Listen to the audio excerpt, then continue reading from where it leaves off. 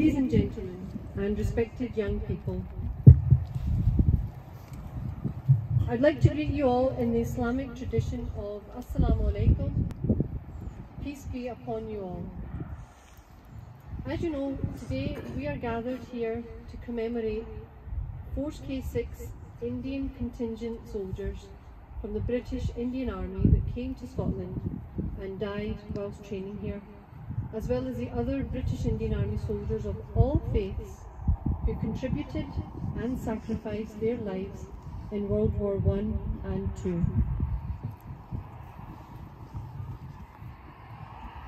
During these wars, nearly 4 million men from British Indo-Pak Army served to protect Britain. Now I use the word British Indo-Pak to reflect that nowadays we have India and Pakistan, but of course when these soldiers would have fought, this was pre-partition India. They largely came from both the Punjab and northern frontier regions of undivided India, representing Muslims, Sikhs, Hindus, Gurkhas, people of all faiths and no faith. Undivided India contributed more than just the manpower. It gave money and supplies, the equivalent of about £78 billion today. So India's role was by no means insignificant. In fact, without them, the UK could have suffered a very different fate. This year, 2022, marks 75 years of independence for both Pakistan and for India. And of course, it's a very special year in terms of the soldiers, Force K6 soldiers, some of which you can see buried here. They came to this part of Scotland nearly 80 years ago.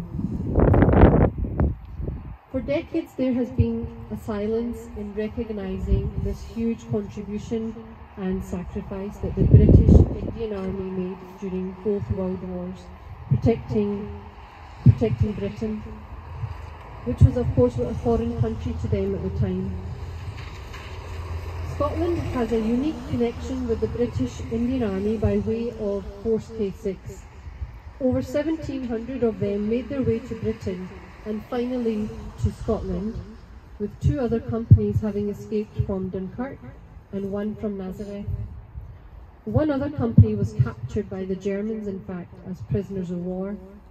And in fact, today amongst us, we have the son of one of the Scottish officers, Lieutenant Colonel Thomas Hexley, that was in charge of these soldiers who got captured, along with the 22nd Company, and was taken as a prisoner of war.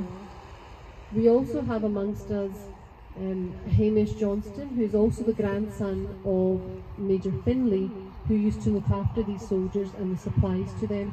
And of course, I think we also have Mr. John Melville, who actually remembers. John, if you're there, could you stick up your hand? Is John around? Yeah. So John there actually remembers these soldiers in the Highlands when he was a young boy, and he himself said that the Gillespie, where he's from, Gillespie felt like it was a Wild West, because these soldiers would be on their horses, going backwards and forwards to the sidings of the railways to collect their goods.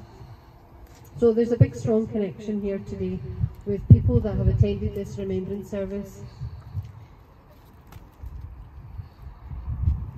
To put it into context, 14 men from these soldiers died while they were serving in Scotland, and while they were training, of course, in these cold conditions. And 9 of them are buried right here in Kingussie. There are a further 9 soldiers also buried in Wales, because they also travelled to Wales. They never made it back home to their loved ones. Do their loved ones even know that they are here? So this year we're really pleased to see that a memorial has been dedicated to these soldiers, which sits in Kingussie in the Guynock Gardens, recognising the sacrifices of Force K6, as well as highlighting the selfless care of Mrs. Isabel Harling, who lovingly and selflessly looked after the graves of these young men for over 70 years.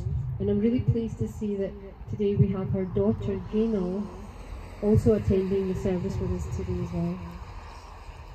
We'll also continue our work to further establish Scotland's first permanent memorial for the 4 million British Indo-Pak Army servicemen from both World War I and II. So later in the service I'll be inviting some young people to tell you a little more about Force K6 and their special connection to Scotland. Right now I'd like to invite Imam Habib to read some Quranic recitation and to give his reflections.